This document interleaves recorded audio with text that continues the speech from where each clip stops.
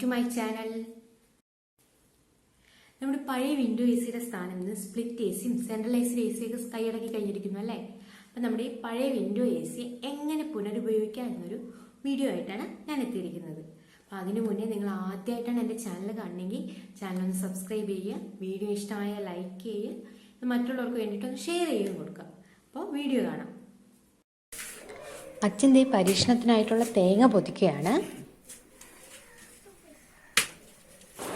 ഈ സിസ്റ്റം സിമ്പിളായി പറയുകയാണെങ്കിൽ ഒരു റൂമിനുള്ളിൽ വിൻഡോ എ സി പ്ലേസ് ചെയ്യുക, റൂം എയർ വെന്റിലേഷൻ ഇല്ലാതെ ക്ലോസ് ചെയ്യുക, പിന്നെ ഡ്രെയിൻ വാട്ടർ പുറത്തേക്ക് കളയാനുള്ള ഒരു പ്രൊവിഷനും ചെയ്തു കൊടുക്കുക. അപ്പോൾ ഇത് ഉപയോഗിച്ചാണ് നമ്മൾ തേങ്ങ ഉണക്കാൻ പോകുന്നത്. സാധാരണയായി വിൻഡോ എ സി പ്ലേസ് ചെയ്യുന്നത് ചുമര് തുറന്ന് ഹോട്ട് എയർ സൈഡ് റൂമിന് പുറത്തും കോൾഡ് എയർ സൈഡ് റൂമിനകത്തുമാണ് വയ്ക്കാറ്. അങ്ങനെയാണ് നമുക്ക് റൂമിൽ തണുപ്പുണ്ടാകുന്നത്. എന്നാൽ വിൻഡോ എ സി നമ്മൾ ഈ ഡ്രൈയിങ്ങിനായിട്ട് ഉപയോഗിക്കുമ്പോൾ ഈ അറേഞ്ച്മെൻറ്റിന് ഒരു വ്യത്യാസം വരുത്തേണ്ടതുണ്ട്.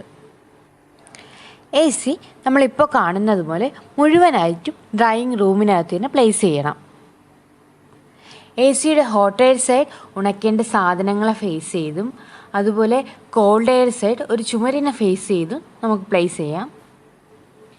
ഇനി ഒരു ടേബിൾ ഫാൻ ഉപയോഗിച്ച് കോൾഡ് എയറിനെ ഹോട്ട് എയർ സൈഡിലൂടെ സർക്കുലേറ്റ് ചെയ്യിക്കണം.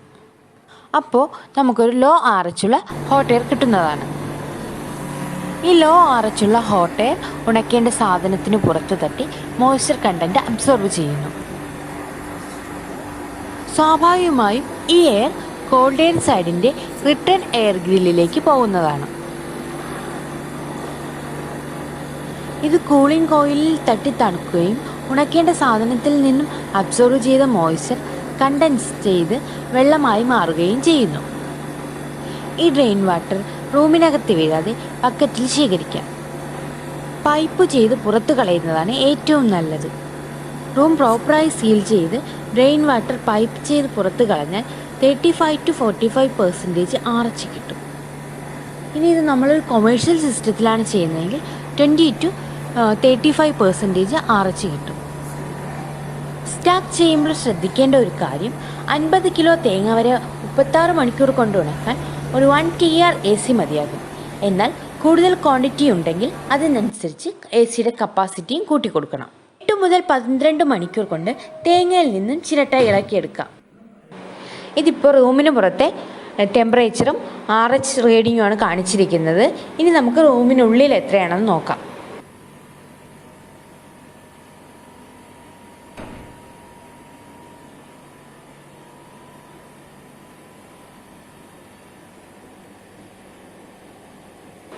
ഇപ്പോൾ റൂമിനകത്ത് RH വാല്യൂ കുറഞ്ഞു വരുന്നതായിട്ട് കാണാം. RH വാല്യൂ കുറയും തോറും മോയ്സ്ചർ അബ്സോർവിങ് കപ്പാസിറ്റി കൂടും. ആദ്യം RH ഒരു ചെറിയ വേരിയേഷൻ കാണിക്കാൻ കാരണം ഞാനൊരു കോൾഡ് എയർ സൈഡിലാണ് നിന്നത്.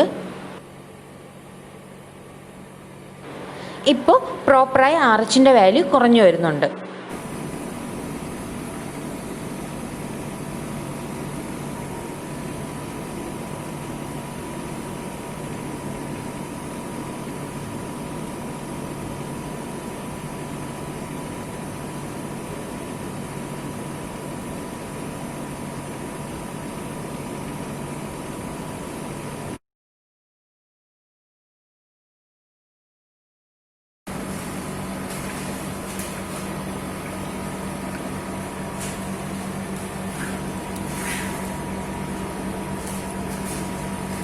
അപ്പോൾ ഇവിടുത്തെ 8 മണിക്കൂറിന് ശേഷമുള്ള ഡ്രെയിൻ വാട്ടറിൻ്റെ അളവാണ് ഈ കാണുന്നത്.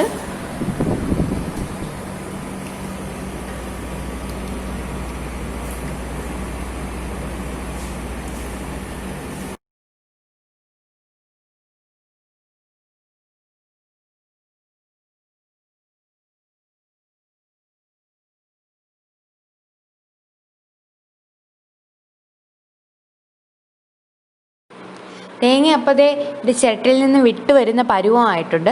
അതിൻ്റെ സൈഡിൽ ഞങ്ങൾ കുറച്ച് കുരുമുളകും കൂടി ഉണക്കാനിട്ടിട്ടുണ്ടായിരുന്നു.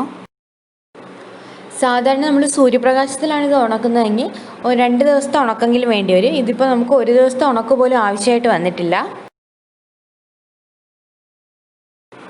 ഇങ്ങനെ ചെയ്യുന്നതുകൊണ്ടുള്ള ഒരു മെയിൻ ബെനിഫിറ്റ് എന്ന് പറഞ്ഞാൽ ജോലിഭാരം കുറയുക തന്നെയാണ്. നമ്മൾ ഒരാൾ ഇതിൻ്റെ പുറകെ മെനക്കെട്ട് നടക്കേണ്ട ആവശ്യമില്ല.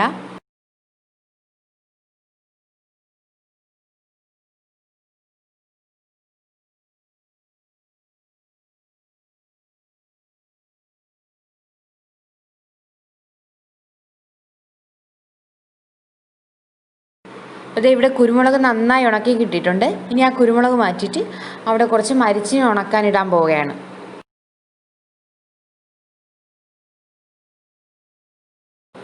സാധനങ്ങൾ ഉണങ്ങും തോറും നമ്മുടെ ആ റൂമിൽ RH വാല്യൂം കുറഞ്ഞു വന്നുകൊണ്ടിരിക്കും.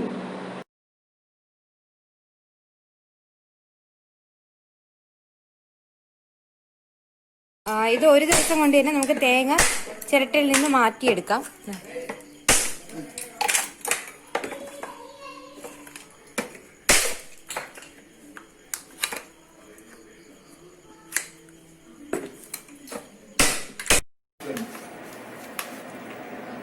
In pretty high terms by many people who know the game in India. Remember talking to MSD as well. Really said similar things. Sometimes there's somebody who's watched the game so much.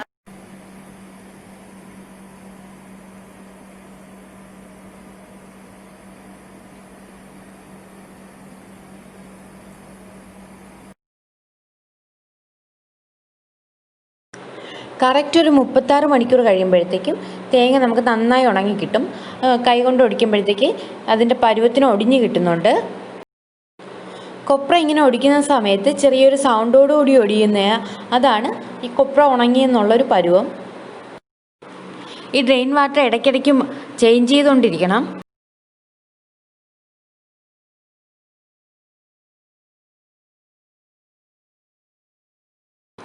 അപ്പോൾ friends, തേങ്ങ ആട്ടി എണ്ണ ആക്കി കൊണ്ടുവന്നിട്ടുണ്ട്. ഇനി ഇതൊരു 2 ദിവസം അനങ്ങാതെ വെച്ചിരുന്നാൽ മാത്രമേ എണ്ണ തെളിഞ്ഞ് കിട്ടത്തുള്ളൂ.